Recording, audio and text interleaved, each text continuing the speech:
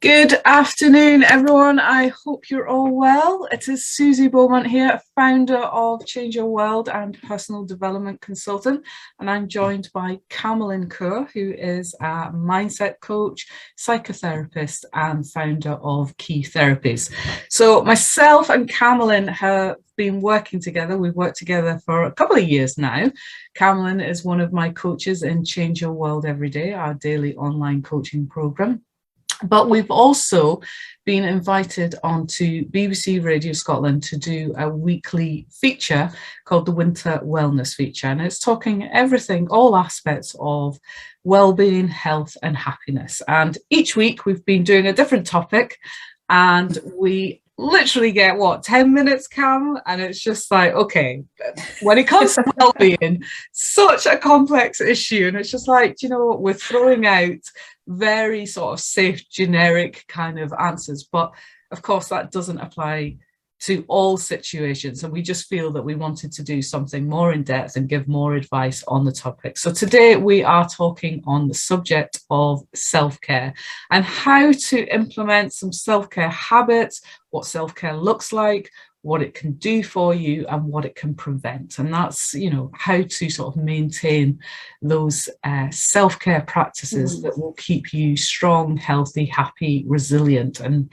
able to cope with what life throws at us. And quite frankly, last 2 years have been pretty relentless. I think, I don't know, I keep speaking, I mean, obviously in your line of work and my line of work, you know, we speak to many people that are going through challenges, but the pandemic and everything has just put a whole new level on things. And the word I keep hearing from people is relentless. And it's not just the pandemic, there's personal challenges going on, and it just seems to be amplified. And even if you haven't got sort of personal challenges, just the situation is creating anxiety, stress, uncertainty, just that feeling that's there all the time of like, when is this going to end? Where is it going to end? Where is it going? So this is why we feel, you know, self-care is such an important topic to talk about.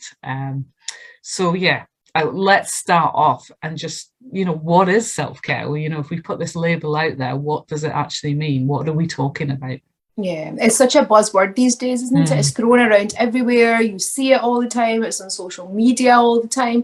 What does it actually mean? So if we were to define self-care, it's any behavior or anything that you engage with, any activity that you engage with that promotes your health and well-being. So that's going to mean different things for different people. So for some people, it might be having a bath, lighting a candle, taking a little bit of time out, switching off towards the end of the night after a busy day. And for other people, it might mean things like exercise, being more active, going out and about in nature, setting healthier boundaries around certain relationships and certain people, maybe doing a bit of a review of their life and where they're at and what needs to change. So there's so many different spectrums of it, and it's going to be different for different people depending on where they are at in their life and at what point. If every single area in your life is balanced and everything's kind of working in flow and in harmony, then maybe lighting a candle might solve all your problems and make you feel relaxed, you know. But if there is a lot of chaos going on and everything's up in the air, then I think all of those little rituals that I spoke about at the start, they're going to become a bit redundant because you're not really dealing with the issue or the root cause of why you even need to stop or slow down. You're kind of masking it. So it will mean different things for different people, and it's up to us as individuals to decide where that stress or that anxiety is coming from. Is it a person? Is it a situation? Is it a relationship? Is it circumstances? And then try and put in short-term interventions and long-term interventions as well.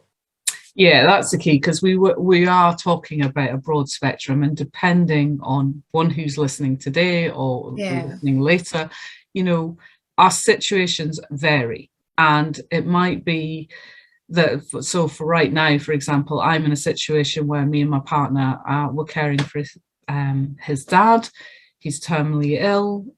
And caring for another person is very exhausting. Now, there's all kinds of emotions around that. You know, there's a sadness, there's a grief, there's the physical tiredness in caring for somebody. And I know this situation will pass. I know there's overwhelm right now, and the situation will come to, a sad end. But I know that I can't do all the self-care practices that I normally do. Some of those self-care practices have had to be sacrificed because there's just not enough hours in the day. And because I might be caring for Ian, it might mean that I have to work later in the evening when I might relax, that kind of thing. So it is really sort of addressing your situation and looking at it and going, what can I put in place? But when we are in a situation, it really is calling for you to question, what can I change, or what needs to change? What is the situation telling me here? Now, if somebody is or suspects that they need some self-care habits put in place, what are the signs that they might start to see, feel, experience in the body, in the mind, in their environment that they've got? What could we see?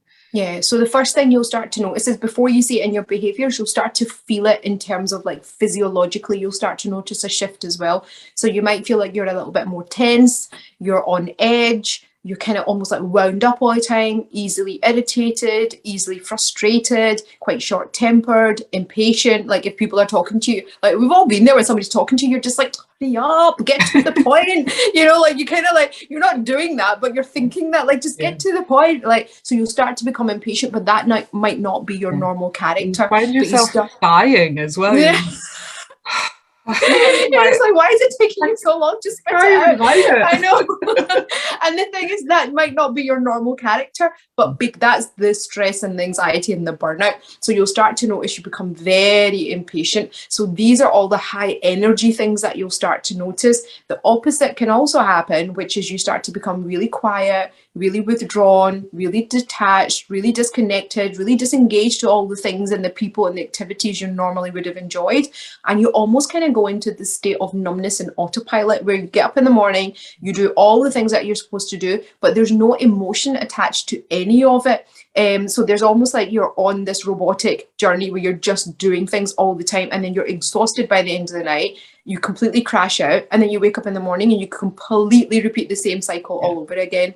And this is where eventually, with that numbness, it starts to bubble over, and then you'll have moments where, because that numbness is a self-defense mechanism, your brain and your body are very clever, they'll switch off and it just makes you get through that situation. But then what will happen is, Suzy, after a few weeks or a few months, depending on how stressful and intense your situation is, this is where we start to cry because somebody's done the doorbell and they shouldn't have done the doorbell, or we start crying because we've just gone into the fridge to get the milk and the milk's gone off, or we start crying because that person texts me back and I just think it sounds mean, that text message.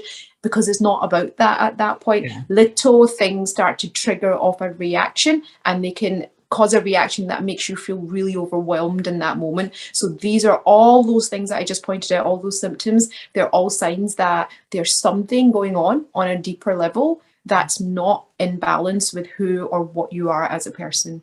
Yeah, it really is. It can be that straw that breaks the camel's back, and you kind of think, I see it when I'm delivering stress management courses, when people say to me, oh, he flipped out or she flipped out, and you're just like, yeah, well, what else is going on in that person's life? Because it actually wasn't about that. That was just the straw, that it was just like, it's too much. My bridge is overloaded. We spoke about that in last week's podcast, but it's just too full on. Another thing, certainly I know this, when I feel that things are getting overwhelmed, I will see my environment starting to become untidy. So I like to have all my admin, filed away, neat and tidy. If I start to see sort of piles of paperwork mounting up, or, my desk becoming, and my office space becoming messy, I know that's a sign going, okay, it's a reflection of my internal world that is a bit chaotic and a bit messy, and it's like,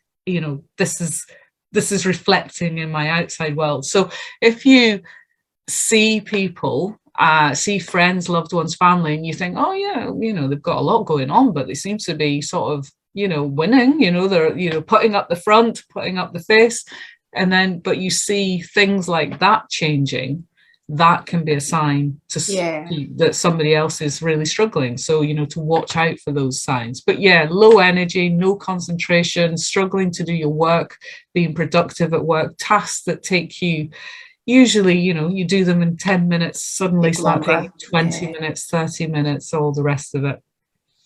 So what self-care practices can we put in place? So if we are in this place where we're busy, we're overwhelmed, well, first of all, before we go to the self-care practices, what can we do to do an honest appraisal? How can we do that honest appraisal and kind of go, right, I need to address what's really going on here? Because I can put in the self-care practices, but if I'm still in the environment that's making me sick, then it's not going to work. How can we get honest with ourselves about the situations that might be causing the overwhelm, stress, anxiety that we're experiencing? So I think it's about really being aware of who or what is contributing towards how you feel. That's the first thing. So I think it is about slowing down. So you're not going to be able to see anything if you're rushing around and you're actually like on this hamster wheel, because this is where people try and solve problems when they're rushing around trying to do things. It's never going to happen. That's like, so imagine you're lost somewhere in the middle of a jungle and you've got this map. You don't just keep walking and reading the map at the same time. If you're lost, you have to stop, you have to get your bearings, and you have to figure out where you are, and you have to figure out where you want to go, and then make a plan of how you're going to get there. Then you start walking. You don't keep walking and then looking at the map, because you're never going to anchor yourself long enough to figure out where you actually are at this point in time. So the same thing applies with self-care as well. You are lost at this point amongst everything that's going on in your life. Maybe not as an individual, but just where you're at in your life. So you bumbling around, carrying on doing everything exactly the same way and then hoping it will all go away, that's not going to happen. So you will need to make a point of consciously stopping at some point in that week, in that day, and actually sitting down, allowing your body just to relax, even if it's just for half an hour, and then sit down and get a pen to paper. Always get pen to paper, because when you see things written down, it becomes visible and it becomes real, but also it's a release as well from like everything you're carrying on in your head. And make a list of all of the things or areas of your life, not things, because that will be an endless list, the areas of your life that are causing you stress. So separate it out. Is it work? Is it relationships? If it's relationships, is it a particular relationship? Is it friendships? Is it your health? Is it finance? Is it social events? Is it the pandemic? Is it what is it? Like, make it clear about what areas of your life are causing you distress. Now, the one that's causing you the most distress, that is what you need to deal with first, because that is where a lot of your pain or your discomfort or your feelings of overwhelming are coming from. So it might seem like, no, but I'll deal with all those other things. No, you need to deal with the major part of the problem or the source of stress first. So if it is, say, for example, it's a health thing and it's something on your mind and it's worrying you, make that appointment, go and speak to that specialist, do what it is that you need to and get that dealt with. If it's a particular relationship, you need to think about, what is it about this relationship? What can I do? Can I take a break? Can I take a step away? Can I maybe cut contact? Like, you need to, obviously it's only you that can decide what you need to do. But I think the first thing is doing an honest, like, first of all, stopping, but then doing an honest review of all the points of stress in your life. Yeah, and it's really sort of being aware of the stories we tell ourselves for maintaining those bad habits or practices or relationships or, whatever it is. I mean, some of them are very practical. So particularly you might think, okay, my job's causing me a load of stress and, it's not good for me, but I need the money, so, but putting in some self-care practices about, okay, well, I need to lead away from this. I've recognized this is not serving me. I remember being in a job in my 20s, I think it was about 24, 25, and I had a flash forward to doing this in my 40s, which felt like really old at the time. Now I'm in my 40s and I'm like, oh, so young. And I remember just thinking, oh my God, if I end up doing this for the next 15, 20 years, I literally, my life just flashed before me, and I just saw a life of unhappiness and misery, and I can't do it. I just cannot do it. So could I change that immediately? No, it was about, okay, I've recognized the problem is this. What can I do about it? And it is, what can you take control of? You know, if it's completely out of your control, then you need to just let it go, ditch it, find a way to not have it absolve you. But if there are steps you can take, and take those steps regularly and baby steps to change that situation, that's it. And you were saying about prioritizing the biggest thing that's causing you stress, because if you don't prioritize that, everything else is just avoidance of the huge issue, and it's just there taking up brain space. It's always going to be there. So in terms of self-care practices, so, you know, if we are busy, overwhelmed, and, you know, there's only so much time in the day and there's only so much you can actually do, what would you prioritize? What would be sort of, I don't know, your top 3 self-care practices or habits to put in place? Right. So I would say the answer to that is going to be, again, different for different people, but the process I would use to be able to identify what I need to do first is what would make you feel or give you the most benefit or make you feel the best, right? And that's going to be for different things for different people. So for some people, going out exercising might be, they know that it works for them because that's always been their go-to thing, right? So they know if they take out half an hour in the day, yes, it might be half an hour, but it's going to free up the rest of their evening from all that stress and tension that their body is carrying. For somebody else, that half an hour run might be a nightmare coming true, and they're just like, well, that's going to stress me out. I'm not going to enjoy it. I'm going to go out, I'm going to be freezing cold, and then we'll come back, I'm going to be more agitated, right? So do you see where I wouldn't be prescriptive about it? I would say pick the activity or the self-care practice that you know is going to help you to switch off, and that will be different. So if for you it might be reading a book for half an hour, for somebody else it might be listening to a podcast, for somebody else it might be shutting themselves in the room away from their family for half an hour and not speaking to anybody, for somebody else it might be being out in nature or going for a run. But you need to identify what's actually going to give you that source of release that you're looking for, and that's what I would do. So be realistic about your self-care practices and pick something that's going to be easy for you. So don't pick a self-care practice that's going to be really difficult, because then that becomes a stressful process in itself, doesn't it? Oh, I'm going to have to make time for that, and then I'm going to have to squeeze that. Like, don't do that. So if you know that you're, let's say for example, you're a natural walker and you enjoy walking, so can you weave that into your normal day? And I'm sure you would be able to. But if you're saying, I'm going to force myself to go to an exercise class, and it's not really what you like to do, it's easier to ignore or avoid doing those things, or it's easier to come off the bandwagon as well. So I would say, A, pick something that you absolutely enjoy and you know is going to help you to release that stress. B, be realistic about what you pick. Do you actually enjoy doing it, or are you just doing it because it's the right thing to do?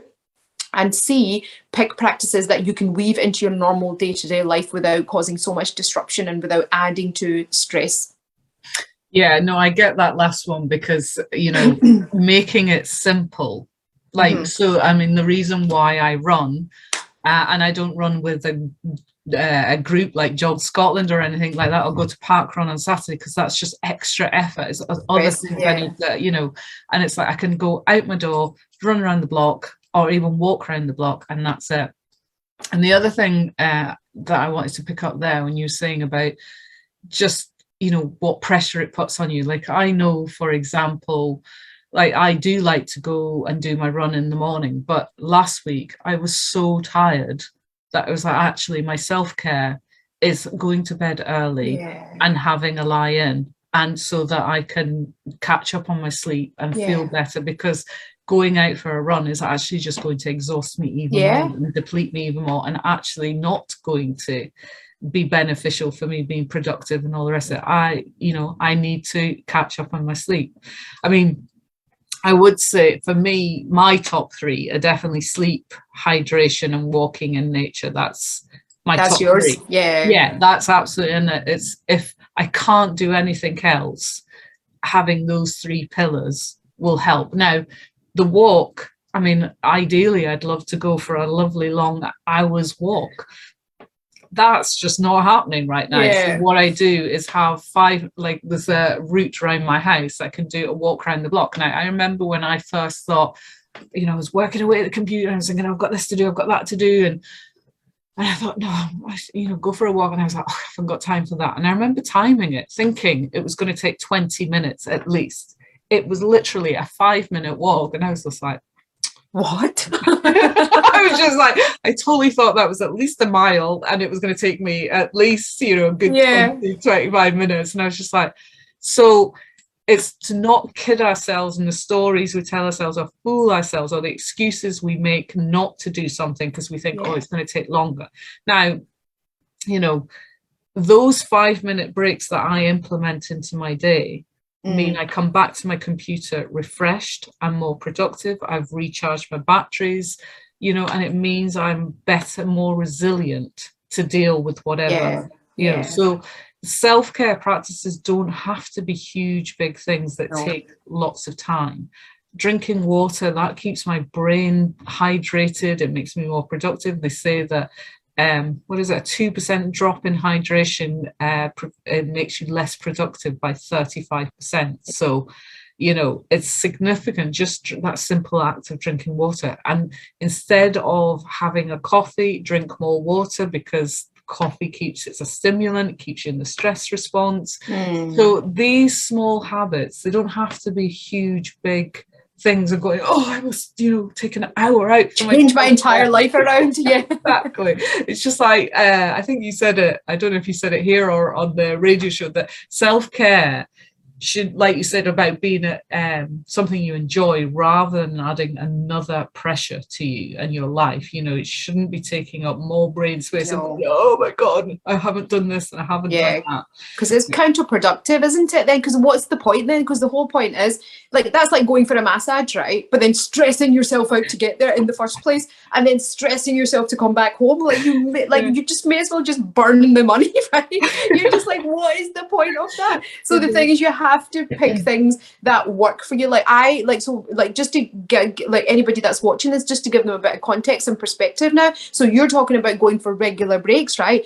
I personally, I would find that stressful, right? So that works for you, but that wouldn't work for me, because when I'm concentrating, I was at uni when I realized that I have moments where I'm in the zone, right? So I can get copious amounts of work done in that zone. So see, when I'm in the zone, Susie, I could literally from 10 o'clock to 5 o'clock, right? Like not have a break, not stop, right? But that works for me because I know then, like at 5 or 6 or 7, whenever I finish, that's it. I'm going to de-stress. That phone's going to go in silent mode, and then I'm going to go for my run. I'm going to come home. I'm going to have a nice meal. And then I'm going to watch probably some crap on Netflix for about an hour, and then I'm going to like basically go to bed. But that works for me because that doesn't feel stressful for me. Whereas that could sound stressful for somebody else. Again, it's about finding what works for you. There's no right and wrong way of doing self-care practices, which is why I said pick something that works for you and is stress reliever for you, but also be realistic about it as well. Do you have time in the day to do that? Like if you don't, I don't, because I'm back-to-back video calls. So even that 5 minutes, I can't,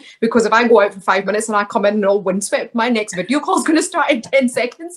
And I've got like proper like frazzled in the wind and stuff, you know, so I don't have that option. Whereas I think if I had a call job or a job that didn't involve me constantly being on video calls, maybe I would just nip out for the 5 minutes here and there, and it wouldn't be a stressful experience. So it's about finding something that works for you, and then also make it into a lifestyle adjustment. It's not a quick fix. It needs to be something that's regular and frequent and happens all the time.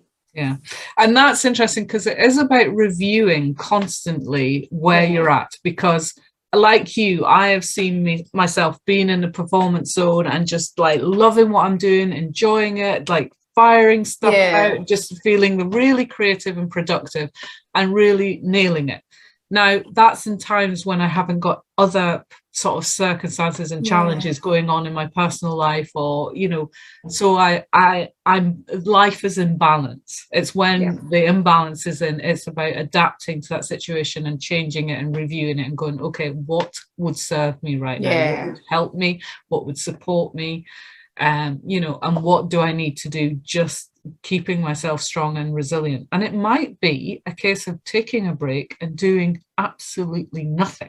You know? Yes. You know, just stop completely. And that's not even watching telly, that's or scrolling through social media. It's like literally just do nothing. Yeah. Just allow your brain, your body, your mind, your soul just to pause and take a break.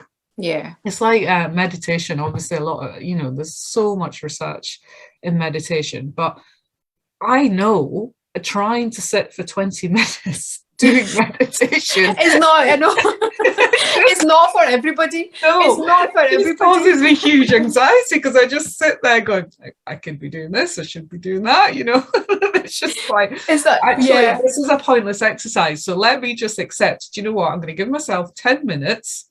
I'm going to be fully present in those 10 minutes and do what I can in that 10 minutes.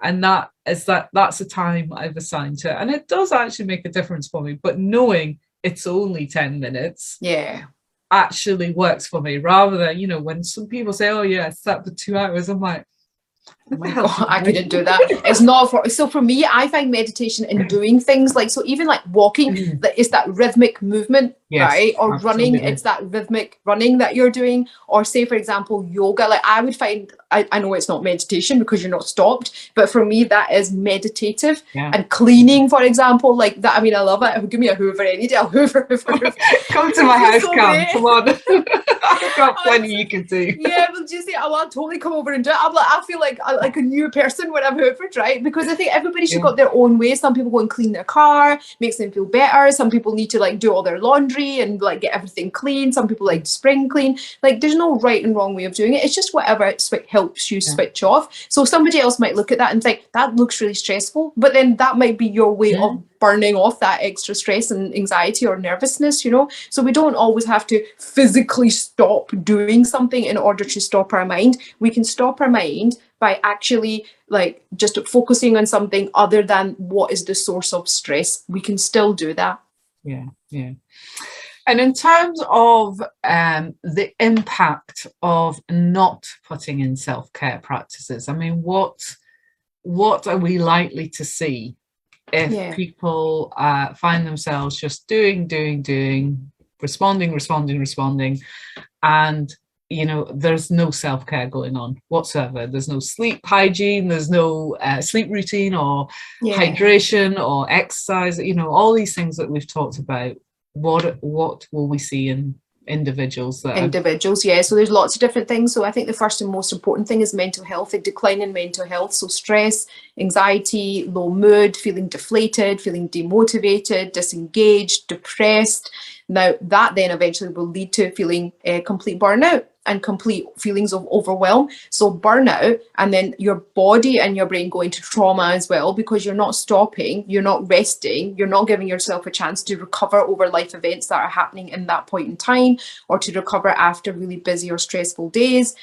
This increase in stress and anxiety levels can also have a physiological impact as well. So increased heart rate, heart palpitations, eventually people like have heart attacks. Stress and heart attacks are closely related, high blood pressure, strokes later on down the line. Like these things don't just happen just out of the blue. It's usually a buildup of stress or anxiety or some kind of like physical imbalance in the body that builds up over a long period of time. And there is a reason why people say stress is the silent killer, because we're so conditioned to just be stressed all the time. We don't realize the impact that it actually has on our body. Our body is so delicate. Everything inside, we're so clever, but everything is so delicate. There's such a fine balance of everything in our body, like whether it's chemicals, hormones, nutrients, minerals in our body, water, everything is so, if you think about it from a machinery point of view, it's fascinating the way the body works, right? It's so, even like the tiniest little cell, the way it repairs itself, recovers, it heals, like the way the other, like it's just amazing. And I think when you realize how delicate and how precious your body actually is, but also how sensitive it is to its external environment, I think you'll start to maybe respect it a little bit more. And this is where, yes, we're resilient and we can deal with stress, but there's only so much that delicate body can take. And it will eventually, all those things that I listed, you will experience them at some point if you do not invest in self-care or self-care practices in your earlier years. Yeah, I mean, the body is an incredible tool and machine, and it really is working hard all the time to be at the absolute best performance. It's the fact that, but we don't support it, we don't nourish it. I mean, it's like I've got a friend, he would absolutely look after his car. He would have it serviced all the time, making sure it had good quality oil. He would put in premium petrol and all the rest of it, but yet just feed himself absolute rubbish, no self-care. And I was like, what's that about? Why do you value your car more than your own body, health and well-being, And it really is supporting the body, mind, soul, spiritually, everything we can do, because our body is communicating to us all the time. Every time we have an ache, a pain, that headache, that backache, it is saying to us, something you are doing is not serving you. And I'm giving you this pain as an alarm to say, please stop it, please change this, please adjust, please sort this situation. Yeah, it's attention, it's seeking attention. Yeah, absolutely, calling for your attention to say, please change this, please address it. And we ignore that. We pop a painkiller, paracetamol, and we move on. We keep going, and eventually things will become, your health becomes an issue, and our cells are responding to our inner dialogue, our external circumstances, and it's reacting and responding. So it is calling for you to say, please support me and nourish me, help me. Yeah. So that leads me on to my next question. So the flawed strategies that we will use to deal with stress, overwhelm, burnout, we're talking about the self-care practices of what we should put in, but what do we see, or what do you see people turning to as an alternative coping mechanism that's not empowering for them? Okay, so the first thing that came into my head when you were talking there was avoidance.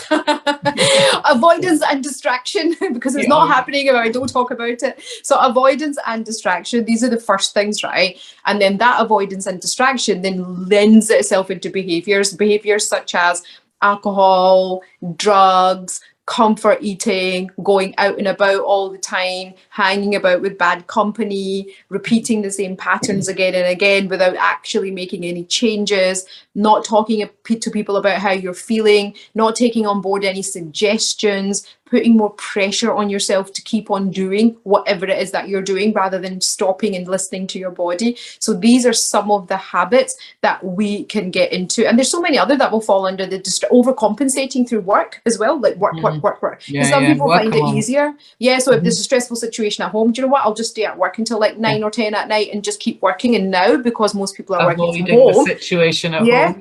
Yeah, so it's even now, but now, like Suzy, because people are working from home, it's even easier for them to do that, because they literally just lock themselves in that room and they don't even need to commute home. So even things like that, there's so many strategies or behaviors that you'll engage in that will come under avoidance or distraction. So if you find yourself doing any of them and you're doing them not because they bring you joy, but because it stops you from dealing with the issue that needs your attention, then that thing needs to stop, because that's a sticky plaster approach to a deeper rooted problem. So the avoidance. So say, we've got our audience listening today and they're saying, oh God, yeah, I totally I'm avoiding that. What's the psychological reason, or what's the root cause of about avoidance? Is that fear? Is it just like, I just don't want to do it? How can you get yourself ready or prepared or to face up to whatever the thing is you've been avoiding, the elephant in the room? You're just like, la, it's not there. What can we do? Yeah, so it will be fear. There's a fear of failing, a fear of not being good enough, a fear of being judged. I tell you what, this is one thing, and I should have mentioned this on the radio station. When you come off the call, you always think, oh my God, I should have said that. I know I had that moment when I have that every week. I'm like, I usually, because I keep my notes quite succinct, I usually manage to say everything. But this Monday that just went by, I thought, oh my God, I should have said this, right? And basically, the thing that makes people not invest in themselves with self-care is because they are worried about being judged by those around them, right? So the reason why people will avoid and distract themselves and do all of those things instead of actually putting themselves first is because what will other people say about me? What will they think? They'll think I'm being selfish. They'll think it's just Fear of other self-indulgent. people's opinions. Yeah, definitely. Absolutely. So if you're not happy, like, let's just go with the relationship theme, not happy in your relationship, you know it's not working. That died a death ages ago, but I'll keep going because I don't want people to judge me as being a failure in that relationship. I don't want people to think that I wasn't good enough for that relationship. So do you see where that fear, it's not that relationship that's keeping you there. If you're not even able to stay in the same room, then you may as well separate. But do you see, with that fear of being judged, right? And I used to see this in my work all the time when I had contracts with companies and working with work-related stress with their employees. People stay in jobs because it's the position, it's the status. I've worked really hard to get here, but it's making you ill. Yeah, but I don't want people to think I can't cope in this job because I just got promoted a little while ago. Again, do you see, it's the fear now. It's the fear of being judged by those around them, right? So it will always be the fear. Now, the first thing you need to do is you need to think about, who are these people that are going to judge you, right? A lot of the time, it won't really be. It's just you judging yourself, Absolutely. right? I was going to say that. And you're judging yourself more harshly than probably anybody else will. You know, like these days, people can't even lift their heads off the phone long enough to notice anything. I don't think anybody's going to notice a life change taking place. Busy wraps up in their own problems. Everybody's busy in their own little bubbles anyway. So the first thing is, who are these people that are going to be so affected by your decision, right? And if they're going to be so affected, then where are they right now and why are they not helping you through this situation? So the first thing is, nobody is going to judge you the way that you judge yourself, right? Secondly, if there are people that are going to be judging you, how important and valuable is their judgment to you? Like, really, does it matter? Because if they were true friends or true family members, then they should be supporting you in your decision as well. So I think the first thing you put so much importance on their judgment. Exactly. You know, that's bang on, like the money there. You're right. Why is it so important to bear in mind what these other people are thinking, especially people that are not part of our day-to-day life and are not affected by what's going on in our lives either. So I think the first thing is to acknowledge, what is the fear here? What are you scared of? Is it fear of failing, fear of not being good enough, a fear of being unsuccessful? What is the fear? That's the first thing. And then the second thing is, I think it's about rationalizing that fear as well. Is it real, or is it just in your head and you've just made it as an issue to stay away or avoid dealing with a difficult situation at hand? Yeah, no, it's so true. And I've been in that position where I'm like, oh, what are people going to say about me if I end this relationship, or if I do this or do that, or they'll judge me. And none of it happened. The reality, it never actually happened. I was projecting all these fears that just never came to reality. And anybody that did judge me, as fundamentally, it was just like, well, probably it's a direct reflection of what the internal dialogue that's going on in your mind and your world. And it's actually got nothing to do with me. It's just like, do you know what? I'm not going to stay suffering just because you're going to judge me. So exactly. And do you know what the other thing is, Suzy? What you'll probably notice is, what other people will probably notice is, and this happens with my clients all the time, they'll build it up in their head so much that they're going to get almost like ostracized from their family and community and work colleagues, and then they'll come back and they'll be like, nobody even said anything. And I'm like, well, what did you think? Everybody was going to come together and make you go against the decision? Nobody cares. I already told you that. Nobody cares, right? Nobody, like, people have got so much stuff going on in their own lives. Do you think they're going to become your therapist during your emotional shift in life, right? They're not. And then people will come back and say, my mum and dad were totally okay with that, or my partner was completely fine with it, or everybody around me said, oh, thank God you're leaving him. We think you should have left him years ago. You're just like, what? Why did nobody say anything? Why? I could have ended suffering in silence, and everybody, because you didn't want to upset all these people, and these people were all along thinking, what is she doing with him in the first place? So do you see where a lot of the time it's misconceptions and it's perceptions that we have, which are not accurate, and they're not based or founded in any kind of evidence or facts at all? Yeah, it is that significance we put on a situation, isn't it? And it's just like, why am I giving this so much importance when the most important thing should be my health, happiness, well-being, and the situation is not serving me. I'm conscious that you've got a client coming up, so we have to wrap up. But any final last words about self-care practices, what to do? If somebody who's struggling out there and going, oh shit, I'm recognizing a lot of the things that they're saying here is in me, where should somebody start? What can they Yes. do?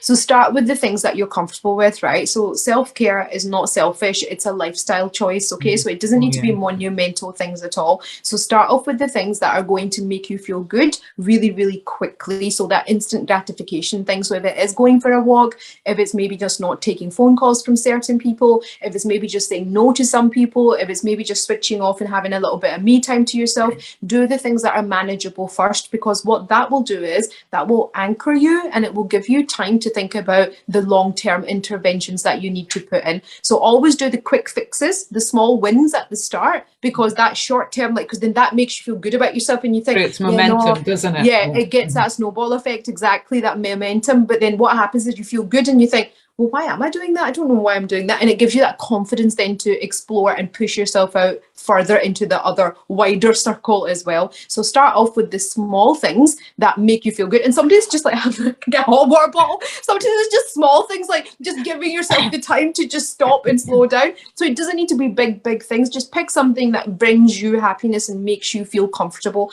And then you can start looking at the bigger, longer term strategies later on. Yeah. I'm just laughing. You go nowhere without your hot water bottle. I went to Jamaica years ago and this came with me in the suitcase and it popped out when I landed there and my friend was like, are you having a laugh? It's 36 degrees here. I'm not like, yeah, but it might get crazy one day.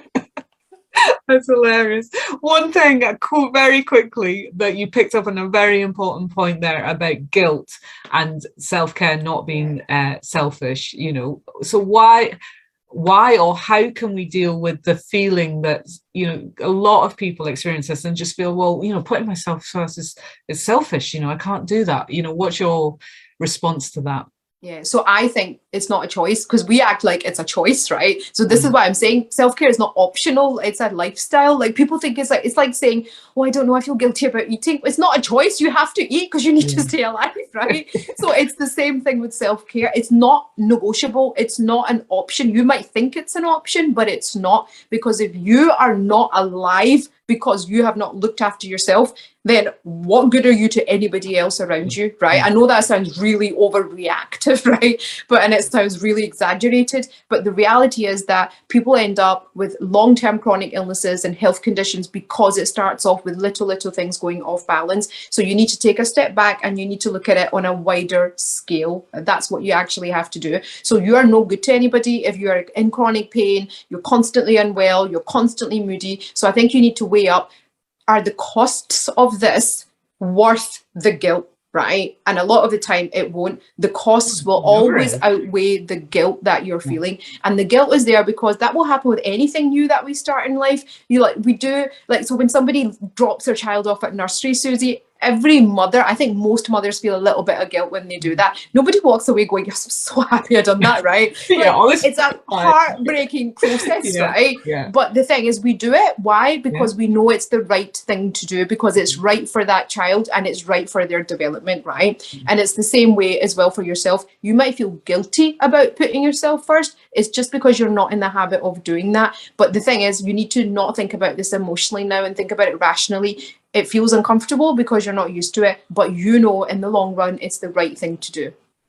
And we see this all the time when it comes to, you know, the advice you get on a plane is put your own oxygen on first before you help anybody else. And, you know, that reason is there. You've got to fill up your own cup, keep it filled with your self-care habits and your nourishment, because then you are in a position to fully help and support other people, because otherwise you're just giving absolute dregs of yourself to somebody else. And how is that helping? And then, like you say, if it continues that way, your health deteriorates and then you're not here to support somebody else. And how's that? What good is that? Is that it's not helping anybody and giving people 1% or 0.5% of like 10% of who you really are? It's not helpful. So you might be there, but then you might as well not be there because you're not fully present either. Yeah, no, absolutely. I remember Alistair, the life coach that I worked with when I was depleting myself caring for my sister after my mum passed away. He said, you know, what would happen if you weren't here? And that did two things. It reprioritized my own self-care, because I thought, I need to be here, because actually there is nobody else, or no option. There would be, you know, society would have taken care of my sister. My sister has learning disabilities, so society would have taken care of her. But would they have taken care of as well as I would like, so then that focused my mind and said, right, actually, I need to get a care package in place with a team that I trust that will look after Shelley and look after the way I want, so that that's in place and I can have the relationship I used to have with my sister of us just being sisters again. I still have to manage things and look after but that shouldn't be the predominant relationship. Yeah, absolutely. And it was like, once I realized that, I was like, okay, I need to put something in place for her, because for our own safeguarding and our own future, but also for my own self-care, my own self-guarding, because there wasn't going to be a future. I was exhausted. And there was no let up to it, because you sort of say about children, they will grow up and become more and more independent. My sister requires 24/7 care, and I was like, I actually don't have the ability in me to do this for the rest of my life. And I'm not an option. It's not an option. No. So it really reframed my mind to kind of just asking that question, well, what would happen if you weren't here? And it forced me to find other solutions that were good for my sister and good for me. And worked beautiful, and I've got an amazing team, and I'm very fortunate. So, and it's worked well. But if I had continued the trajectory, it was not burnout. You would have exhausted, you would have collapsed, you would have literally collapsed. It doesn't even sound exaggerated. It will happen, because there's only so much your body and your brain can take. Oh, I knew I would. All the signs of burnout were there. I knew I was heading to that. I was heading to complete and utter collapse, and it was just like, okay, with what little fuel is left in the tank, I need to address this situation. And that's very much, we hope that what today has been about is like preventing you getting to that stage. But if you are in that stage, get support in, speak to somebody, ask for help. Asking for help seems to be the hardest thing that you can do. But there are people there that are able, are paid to do it, are looking for work, are willing to do it, want to help, have the capacity. And it's about finding that support network so that you can put in these practices for your own self-care. So we're at the time, you've got to go, Cam, but if you do have any comments, questions, put them in the comments below, and we'll get back to you later on. So thanks again. Thank you. Thanks for watching. Thanks, Suzy. Bye. Bye. Bye-bye.